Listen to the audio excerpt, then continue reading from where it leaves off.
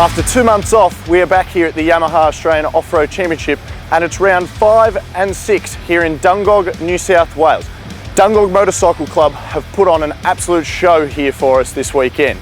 We've got 2 tests. We've got the cross test, which is 3.5 kilometres, and then we have the enduro test, which is 4.8 kilometres.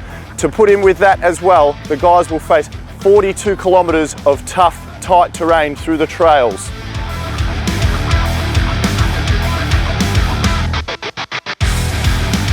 Rounds 5 and 6 of the Yamaha Australian Off-Road Championship saw the first time-carded enduro of the season, and didn't the Dungog Motorcycle Club put on a show. The cross test was a 3.5 kilometre long grass-based track with open spaces for the riders to really open up their bikes and get into the top gears.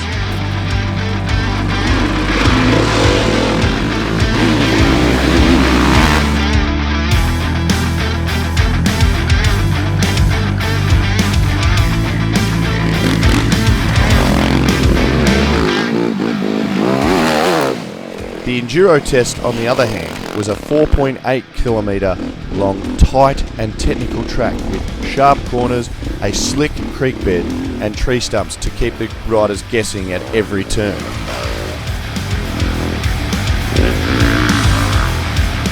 In an AORC first, we had the 125 Amateur Cup, which was taken out by Jeff Braco, and the vintage Pre-Evo 86 class, which was taken out by Ashley Springer.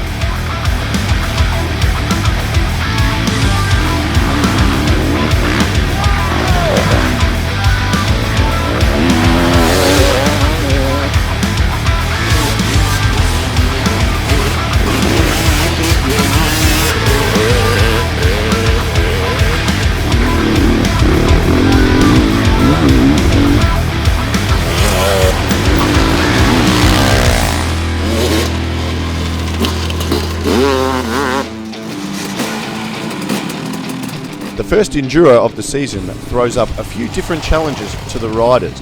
First off, in the pits, only the rider can work on the bike, but then the riders must also carry around their time card and make it to each time control stop and get the card signed before moving on.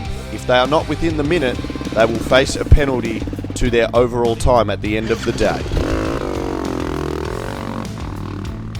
Michael Driscoll, aboard his Blue Crew Yamaha racing team, was the man to beat in EJ once again, making it 6 wins from 6 starts here at Dungog. In the E1 category, there was a real battle up the front, but on Saturday there was a breakthrough win for Fraser Higlet aboard the Husqvarna Enduro racing team, as he took out his first E1 win after making the jump from the EJ category last season. Pretty stoked to finally get the win. It's sort of been a long, tough year already, and we're only halfway through. So yeah, hopefully I can back it up for the rest of the year. It's definitely a tough class. I'm pretty stoked with myself to get the win. On Sunday in the E1 category, it would be Luke Stike aboard his Activate Yamaha Yamaloop team to get back on the winners list after a narrow defeat on the Saturday to Fraser Higlet. The E2 category was taken out on both days by Daniel Sanders, but on Sunday it didn't all go to plan for the Husqvarna Enduro racing team rider, with a minor technical glitch threatening to put him out of the race. Unfortunately, out on the trail, just had the bike conk out on me, had to find the problem, found the fuse, and that was just a blown fuse. Didn't have any time, come in with just 1 minute ticked over, but didn't stop. I did the whole next lap with no gloves until the last test, so I did 3 tests, no gloves, and didn't get drink, food, nothing, so I was out there just, yeah, man versus wild out there. Daniel Milner from the KTM Enduro racing team was a man on a mission this weekend in the E3 category, taking out class honours on both days, as well as being fastest on track. Yeah, my day was awesome. We just done clean runs. Took me a little bit to get going this morning. Struggled in the first test, but you know, we got through it and then pushed on from there. We just made sure everything was right. Tried not to make stupid mistakes and just get through clean and see how we ended at the end.